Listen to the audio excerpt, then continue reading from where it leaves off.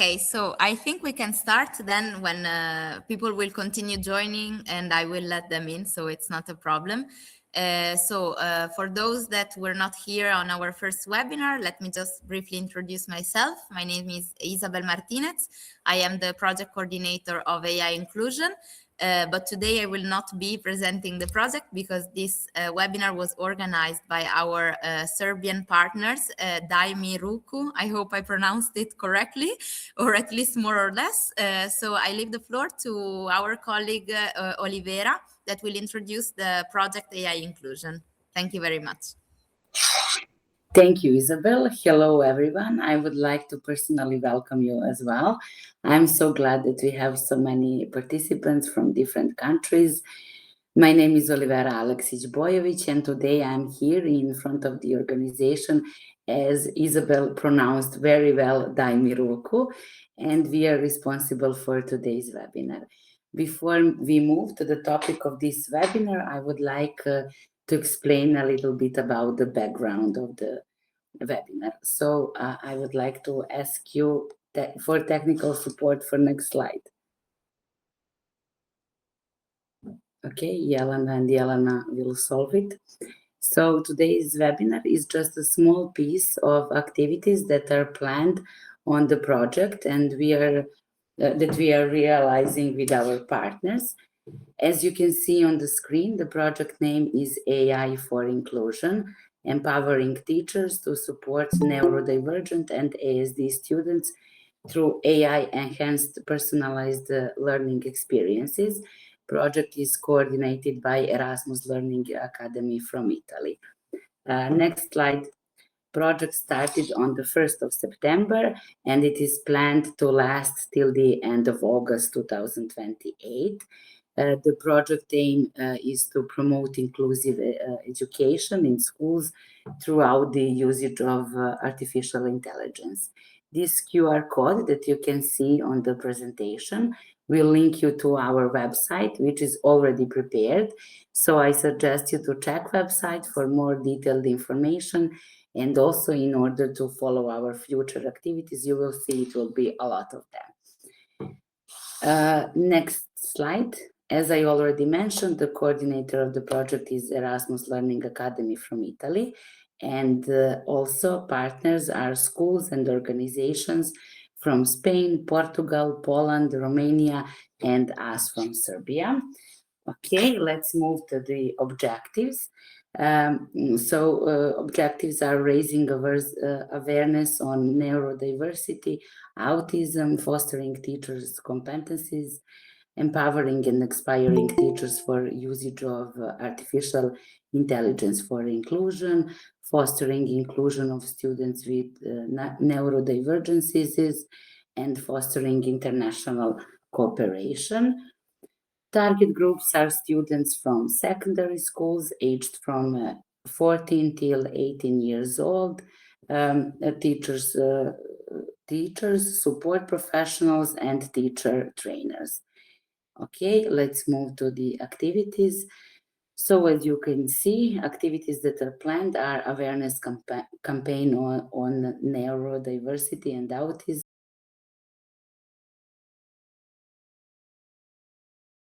and social media of our partners. So please follow us. You can find really useful information there. The other activity is a cycle of 5 open webinars. So today's webinar is second in a row. We already had one organized by partners from Poland, which was very useful. And I hope it will be the same today.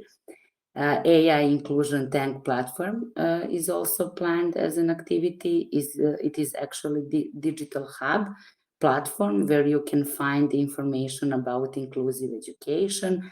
We will have 2 training courses, mentorship program and local hackathon, AI-based toolkit activities, where we will collect the examples of good practices related to the topic, and interactive inclusive guidelines and ethical AI tool guidelines. As you can see, this is a long list, but we have time. We are really excited and really motivated for realization of all of these activities.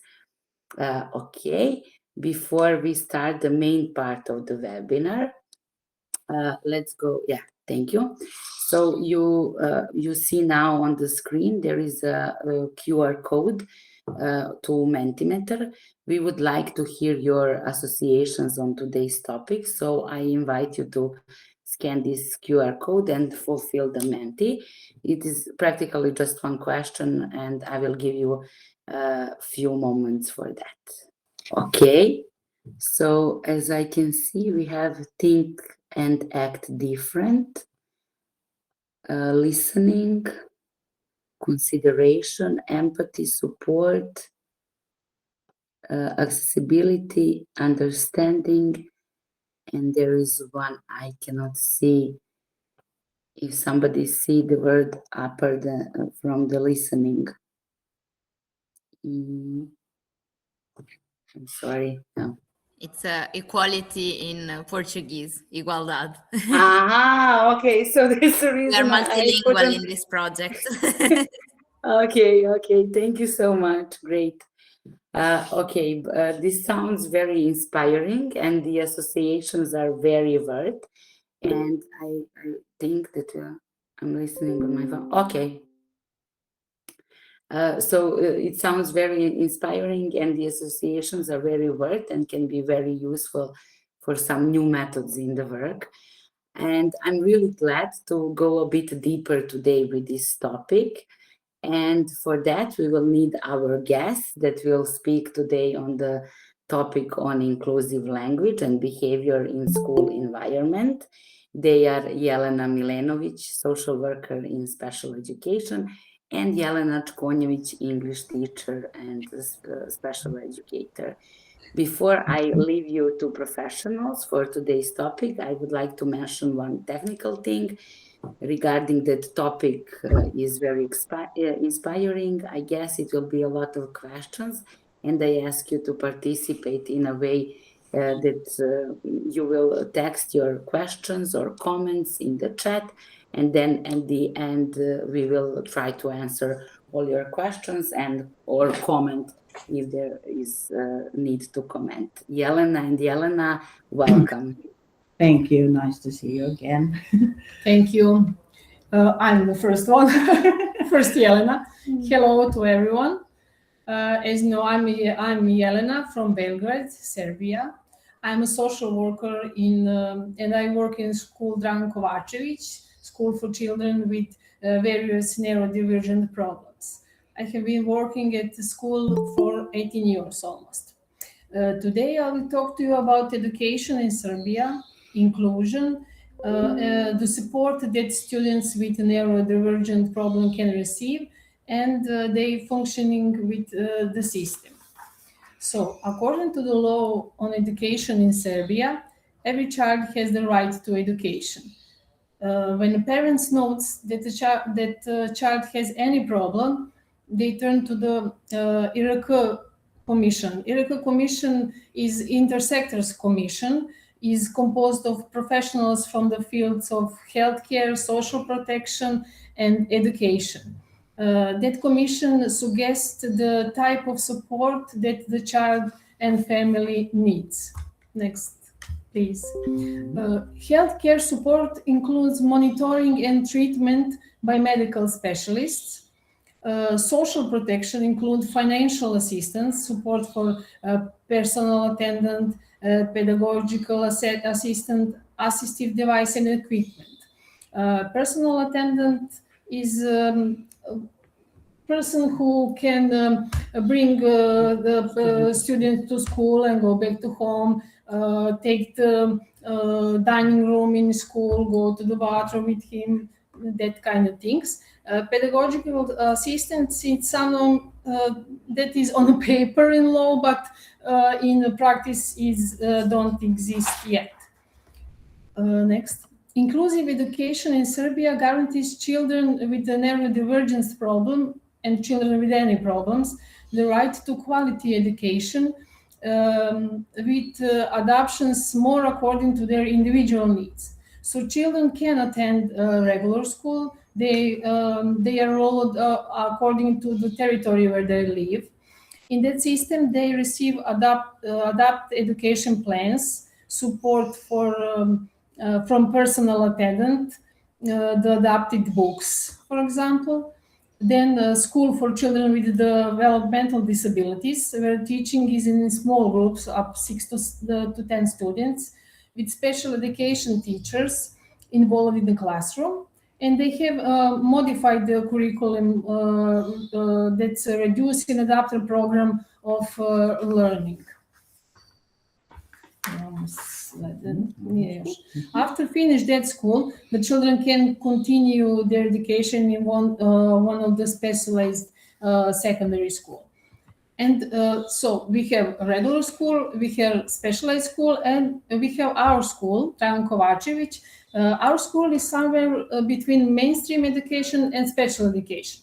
It is a similar like primary school, book they use, duration of the lesson. And so what makes us unique?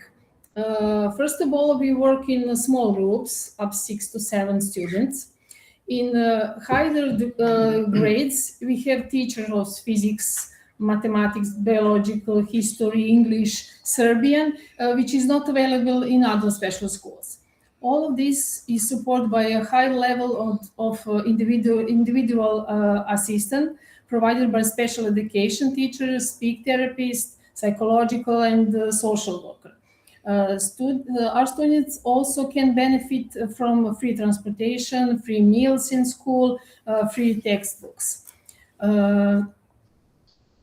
So after they finish regular school or our school, students can continue their education in secondary school, depending on their abilities. This is also possible through affirmative measures. Regardless of the opinion in the commission, parents have the right to enroll their child in the school of their own choice. So our school provides for children, what our school provides for children and young people. First of all, enrollment in the school from preschool to the end of the primary school. Then enrollment for a specific period of time. When child find themselves in some kind of difficult situation, for example, health-related or some emotional difficulties, they stay with us until they regain straight or the issue is overcome. After that, they return to their original environment.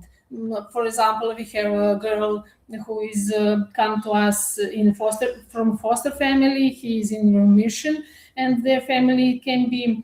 They have no possibility to support the child during the treatment. So she is here in our school, but when she finished treatment, she is back to her old school.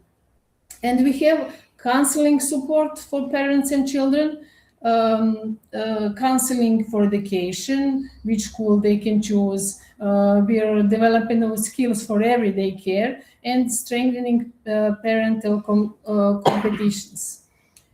So we have also individual support through more with a special education teacher or a special therapist, and that kind of individual support is for students for another schools. So over the past 15 years, the structure of students in our school has changed.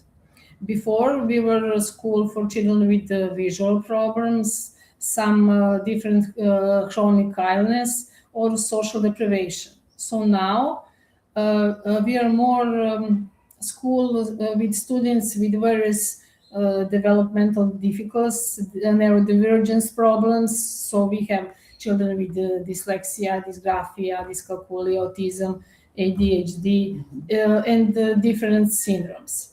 When children come to us, we first get to know child and family and learn how they function. Then we introduce our school inclusive team to their characteristics, and based on that we form the group working group. Imaš sad sledeće su slike, da. Through the various activities, we include them in a wider social community. They participating in competitions, performance, and sports events together with the children who don't have any problems. We encourage young people to participate in humanitarian work through activities with the Red Cross and many educational activities with the association like Daj mi ruku, through the projects and cooperation. We strive to improve their quality of life and help them integrate into society as easily as it's possible. So work with young people with neurodivergency from the puberty is focused on professional development.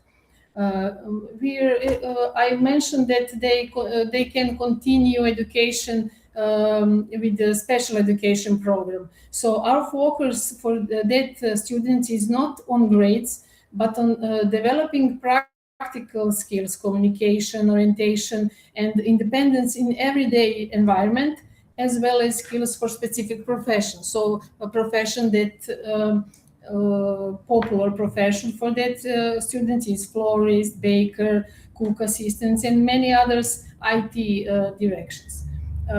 For the students who continue education in the mainstream secondary school, we strive to recognize their potential, their interests, and their abilities. That is focused on talents and specific skills rather than on their limitation. We encourage motivation and critical thinking at students. So some example for children who had dyslexia. We look for profession in that way that they not be exposed to public speaking or some performance situation. For autism, the most important focus is on developing communication with the environment. Social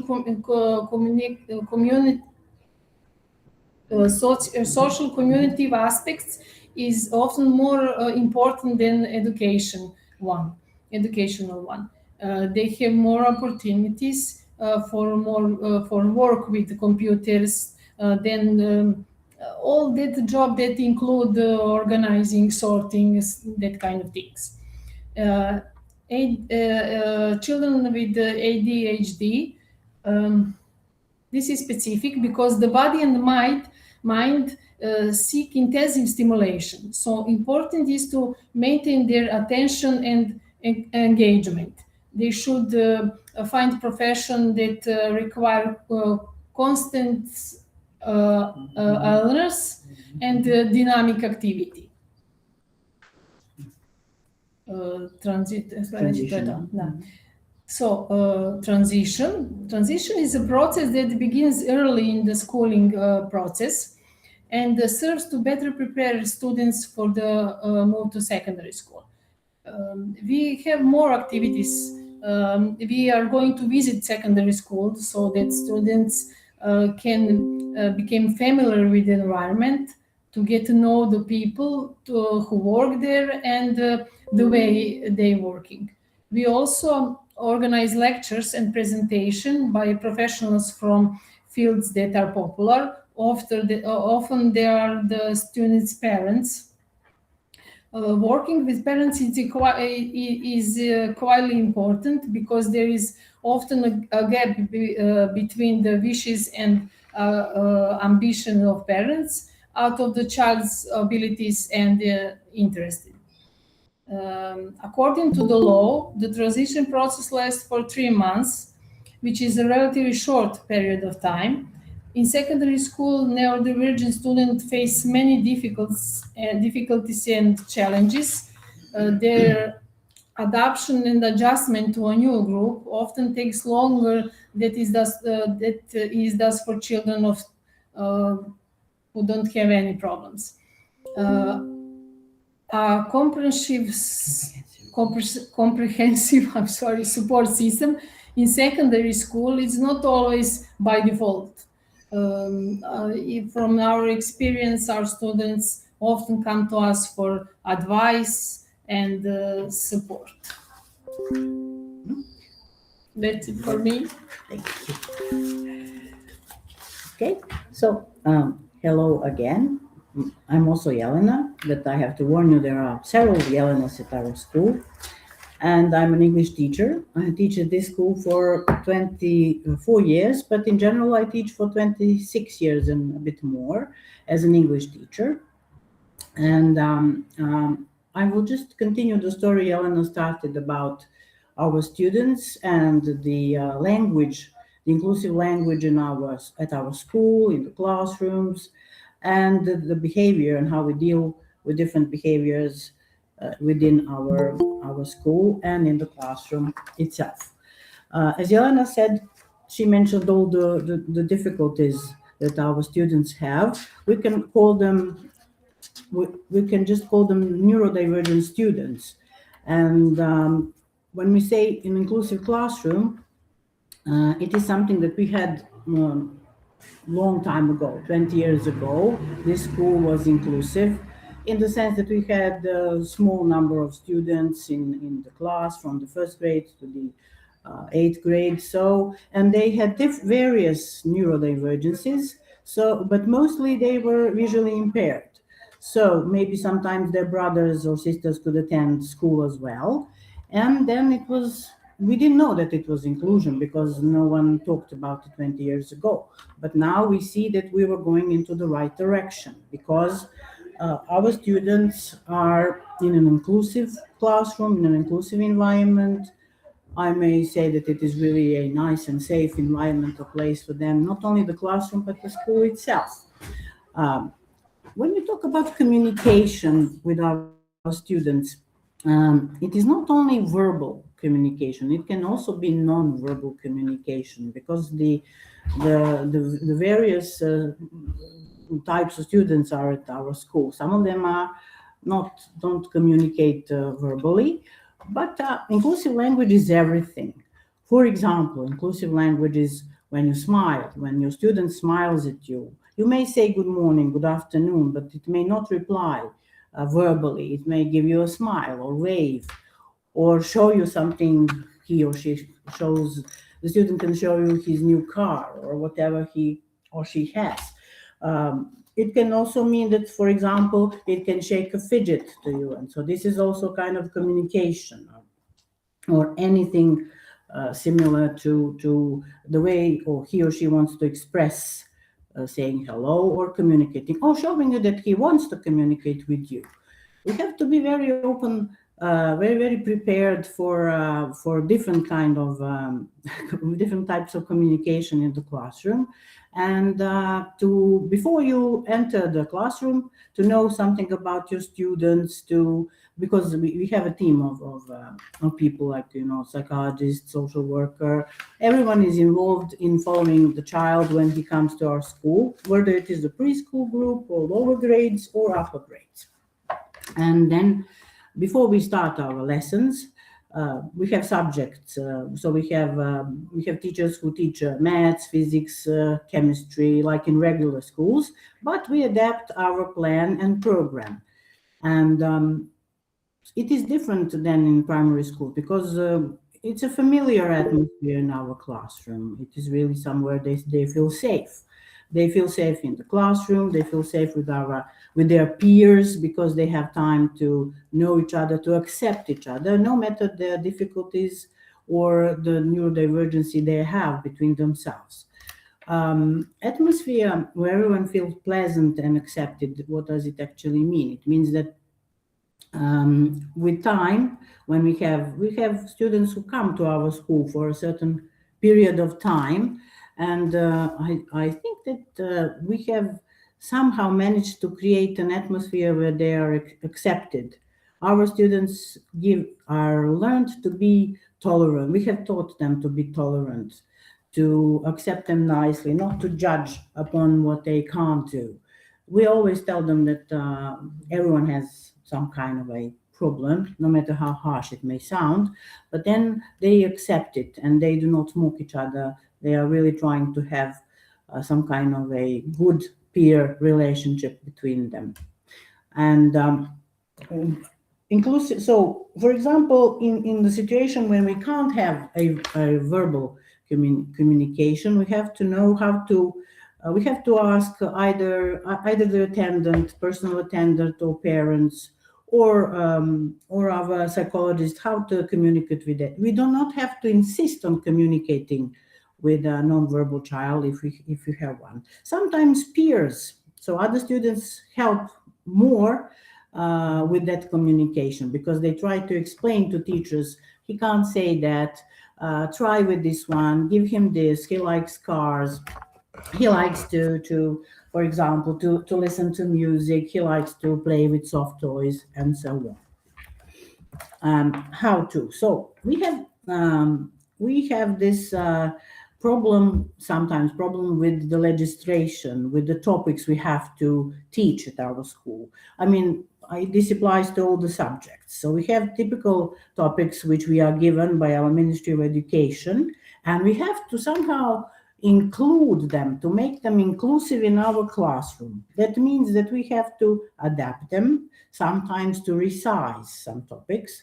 But first of all, we think of the benefit of our students. So topics are something they are familiar with: family, friends, food, free time, spare time, sports, health, ecology, something they are aware of, something which is around them everywhere in the community, in their social environment.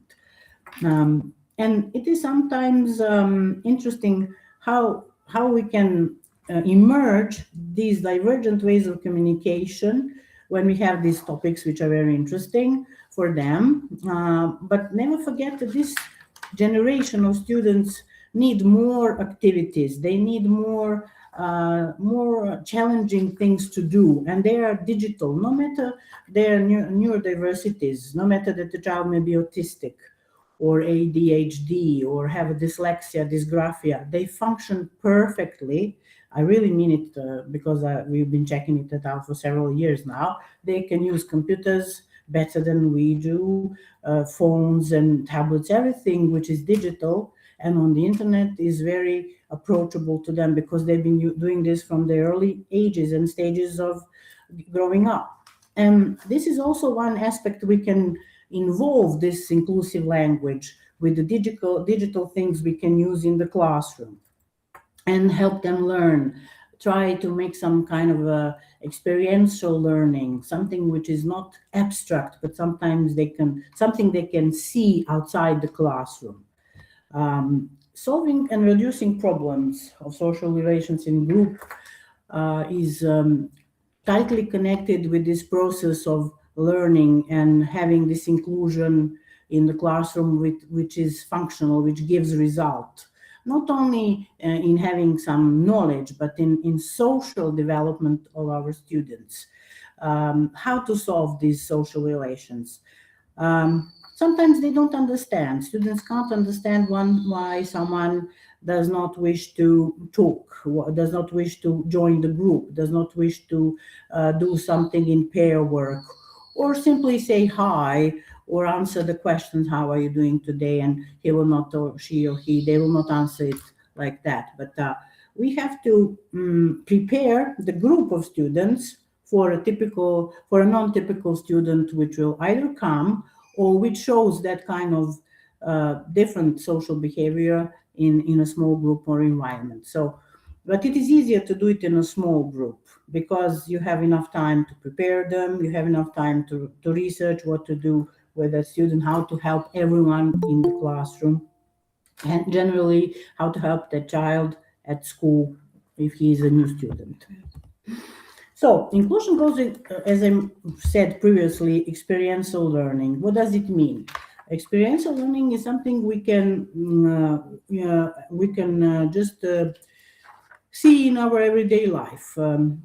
Crossing the street, going to the supermarket, giving directions. This is all experiential learning, which can be done in the classroom or in the schoolyard, or we usually take our students to the museums, to some galleries, to some exhibitions, to some fairs if it is possible. And then they have this really, they can have some new experience which doesn't have to do anything with the classroom and the subjects, which may seem, and it proves that only that type of teaching is rather it is not good for them. It is too, let's say, too boring for them. To when you have experience, you can learn in a better way. So this is why we have correlation of teaching contents, because our teachers have to somehow connect the subjects. For example, if we talk about World War II with upper grades in 7th or 8th class in history, we can connect to it. We can connect Serbian language with it, find some topics, some novels, songs, anything that connects with the World War II. In English, I usually find some texts about uniforms, weapons.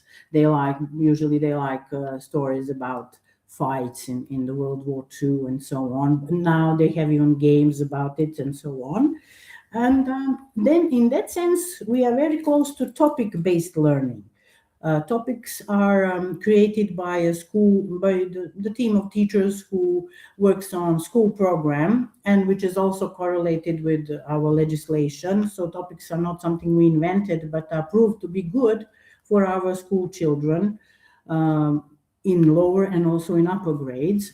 And it is, for example, we have month of friendship, month of ecology, so about pollution, how to stop pollution. Then we have festival month in December usually, or in springtime we have some topics which are much easier to it is easier to teach when you have some kind of a topic which is very close to them and which they are familiar with.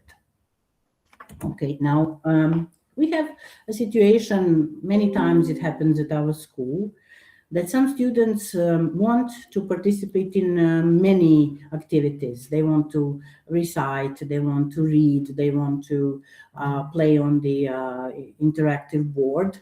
Sometimes, unfortunately, it is not so successful. We see that it is not successful, but the student himself doesn't see that, which is in a way good.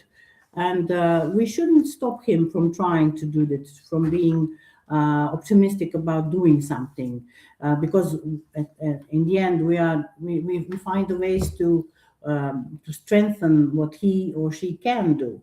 So I have a situation when a boy who has dyslexia and dysgraphia and some speech problems, he always wants to recite first. He always wants to repeat the song or the poem or read. It is a bit different than it should be done, but I never stopped him from doing it, and I have explained to his peers that he should be given the chance to say that, and that they shouldn't laugh at him, and they will respect it. Sometimes they don't have patience if he is too slow, but generally no one. It took us some time to create this tolerant atmosphere when some of the students appear, but it is very good for them not to be mocked at, we have to somehow support them and encourage them for being so, let's say, open and brave in one way. And but then again, teacher is the one who has to see what a student can do and what the environment can do to help that student. Again, it is a team of workers who help us do that at school. So if a child is visually impaired, I'm not going to tell him or ask him to write a written test or something. I'm going to have an oral test and just check what he can do by simply answering the questions or repeating what I said, or giving me the right answer, and so on. The difficulty is how to adjust what the student wants and what the student can do. Sometimes we should listen for their wishes. If they wish to do something, and if it happens many times that they want to to have a specific topic. Maybe we should give it a try and see what will it come. For example, they like to do a presentation on something. I had a student, she wanted to do a presentation on a pop singer, and it should have been done 2 months, no, not so, in 2 months time. And then we asked everyone else, do you agree that your friend tells us something about her favorite singer? And it proved to be quite all right. It was just, like a small timeout between our schedule and our plan. We finished everything we planned, and no harm was done, and she was happy. What to do if the student regresses? Unfortunately, students with autism can easily regress. We have had these situations when they have too many things to do, too many obligations. They are expected to do too many things. Usually, unfortunately, parents are demanding, and they are too. They want their child to do everything, to have private lessons as well, but it is too much for a student, and then the student regresses.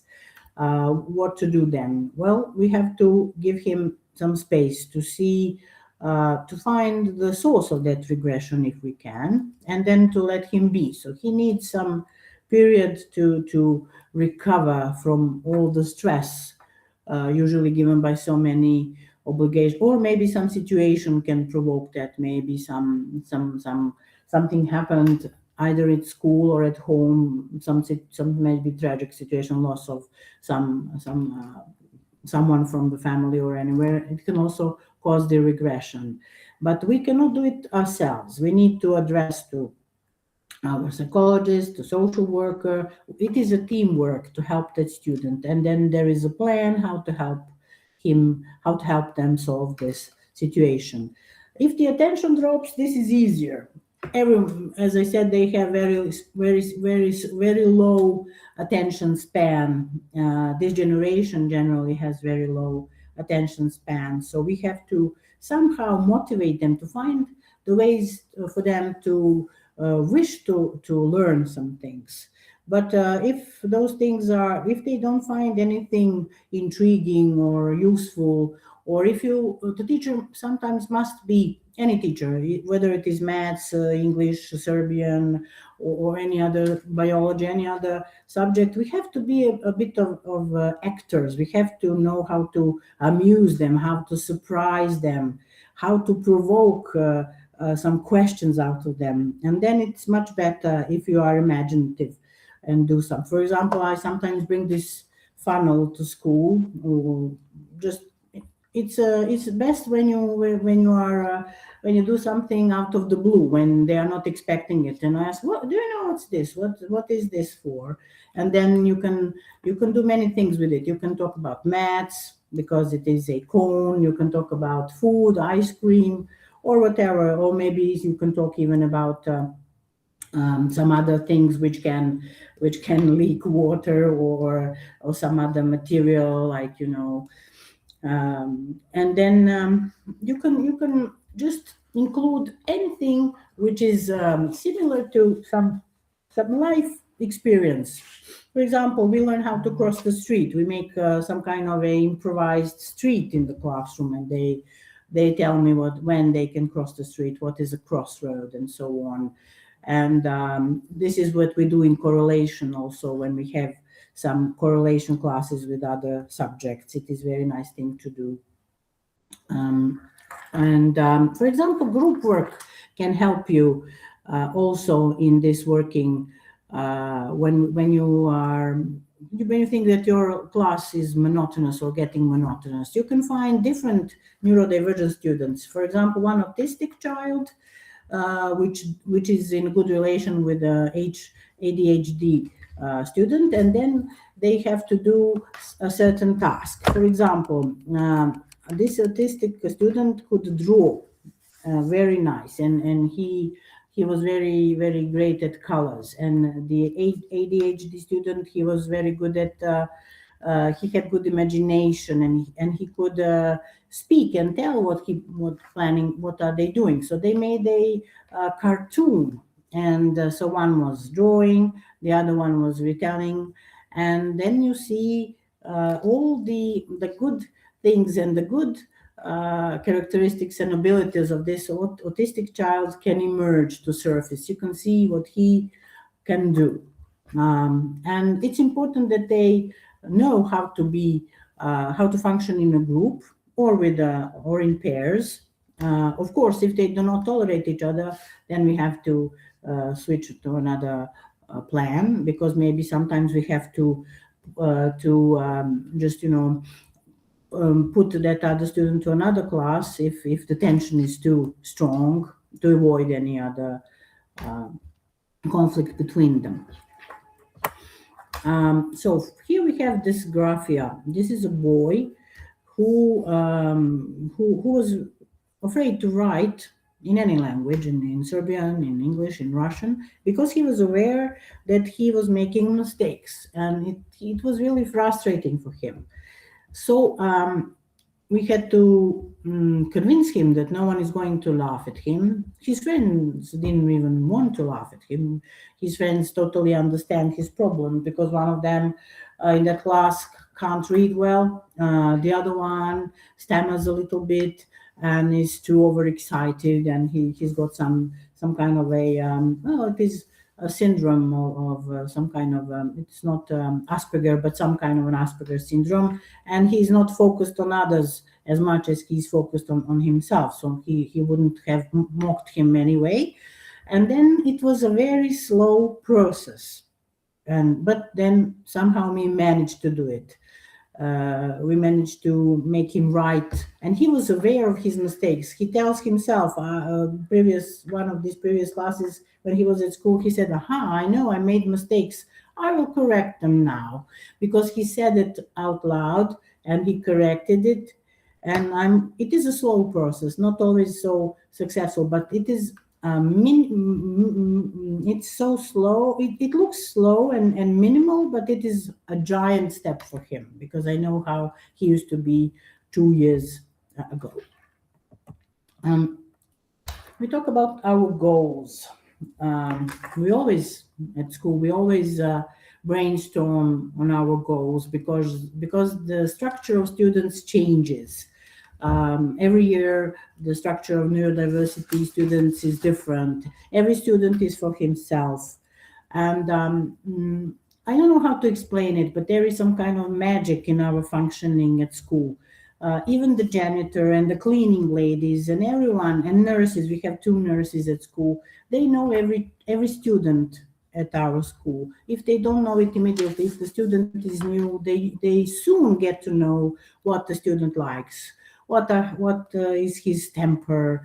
We can tell when they are sad, when they have a problem. It is something which is precious for that student, because we are all on his path to developing into a mature and grown-up individual who is self-assured, who has potential, and who can develop his entire potential. Maybe not so soon. Some of them get to develop their potential in high school, or even if they have chance to study, or when they go to higher education.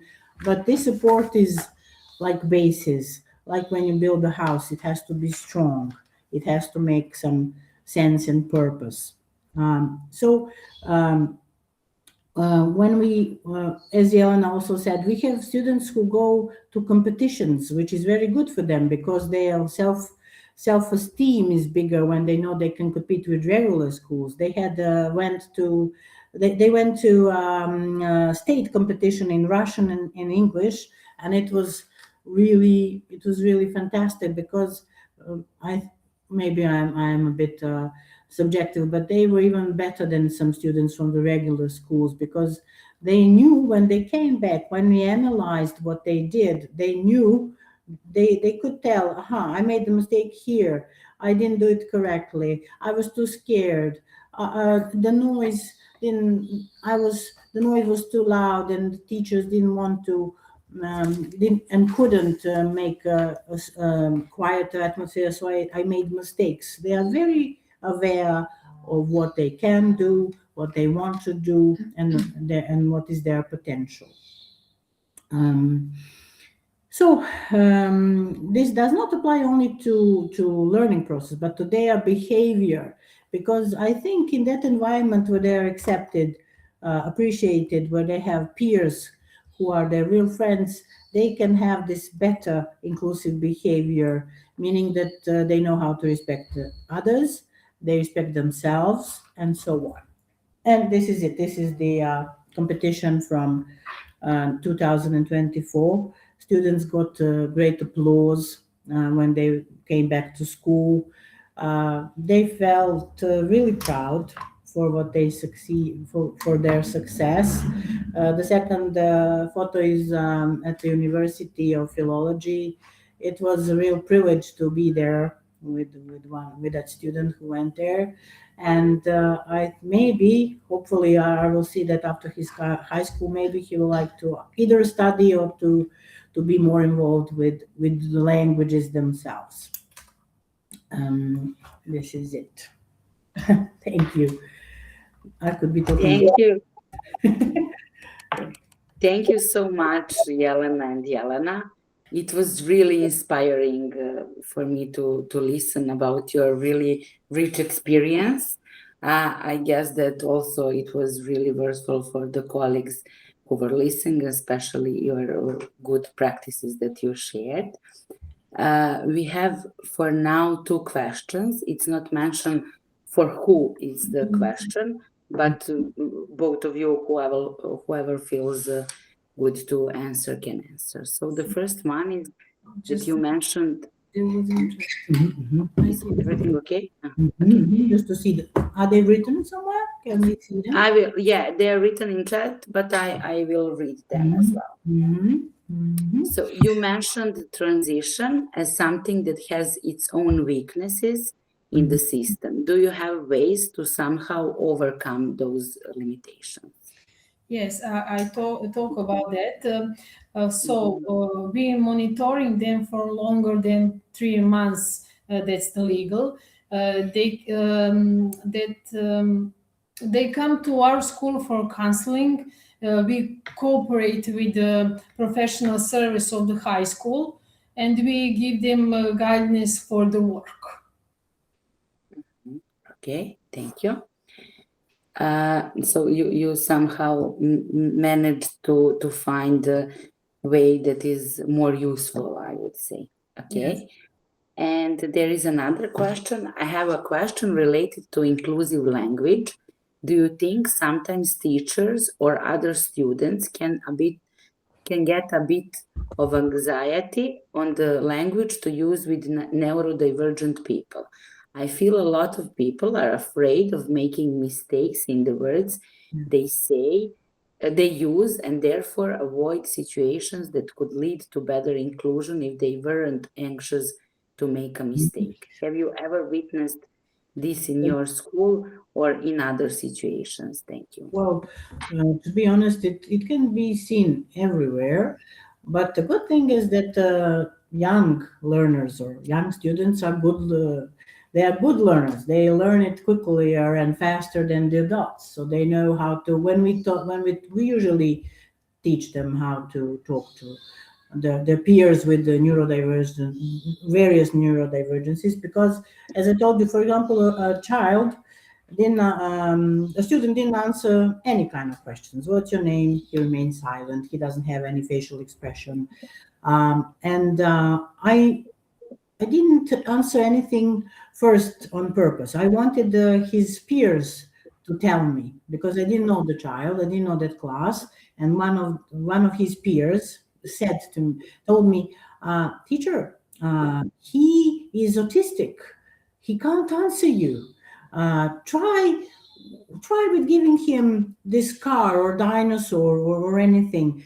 For example, I have this for autistic children, like toys, and especially dinosaurs. So sometimes I leave it on the desk or somewhere where they can see it. So we have to encourage that communication. And when we are trying to prepare other students not to be insulted, not to insult their friends, it's a very slow. It can be a slow process, but if eventually they learn that. And for example, I usually say, "Would you like someone to address to you like that? Would you like to be treated that way?" And then they really realize it. So it should be done from the early childhood, that kind of tolerance and acceptance and inclusive language. I mean, we are using all these terms. They don't know what it is. We can always say, be tolerant, respect him, do not insult him, and so on. And it is a slow process, but it can have results, especially with the students.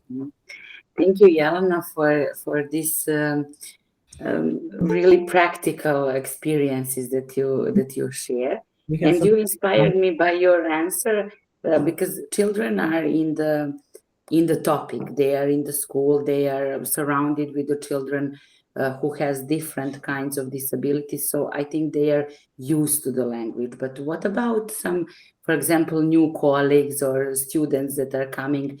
Do they ask you, do you think that they maybe sometimes pay too much attention on the form?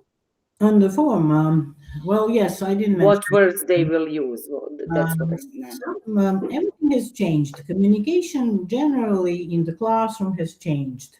Before, you couldn't hear that the student asked you, "Teacher, what time is it?"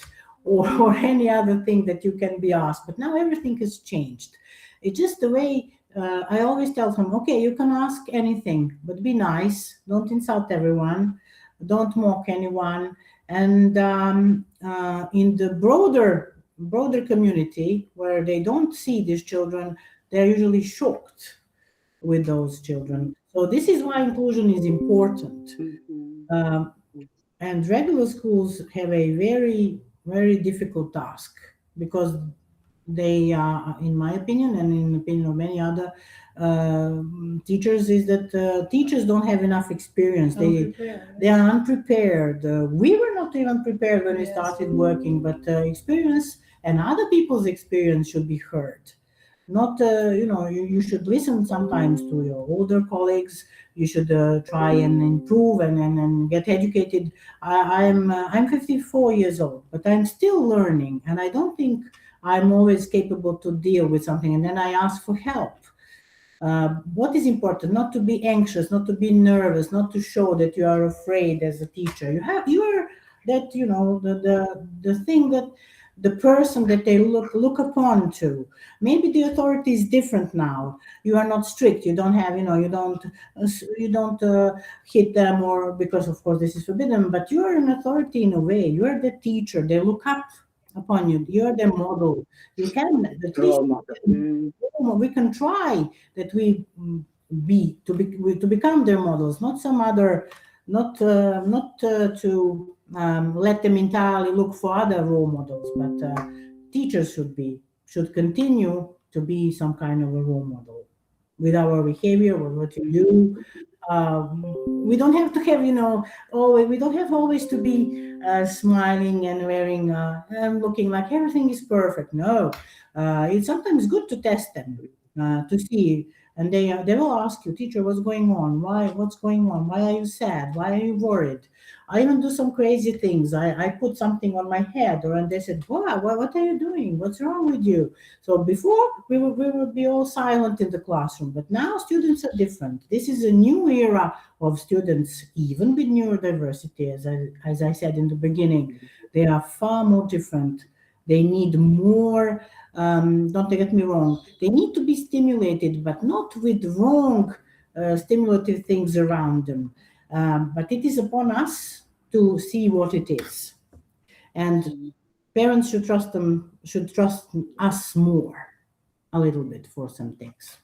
I don't know if I've gone too far from the topic and the question. No, thank you so much. Thank you so much. Yeah. Okay. Is there anybody else who would like to ask something or to comment on something? I will take this as a no, and I will use this opportunity just to thank you all for participating. First of all, thank you, Jelena and Jelena, and all the other participants. I guess it was really virtual for you. Isabel, I'm giving you a word to close this webinar today. Thank you very much to Jelena and Jelena for their great presentation. It was very interesting to learn more about inclusive behaviors and language. So thank you very much for your expertise and for sharing your experience and your best practices. Thank you also for Olivera for being a wonderful moderator in this webinar. So thank you again. I remind everyone to fill in the feedback form that you can find here with the QR code. So please scan the QR code and fill in the form. It's a very quick form. I remind everyone that you will receive the certificate upon the completion of the feedback form. So please take this couple of minutes to fill it in. Thank you very much.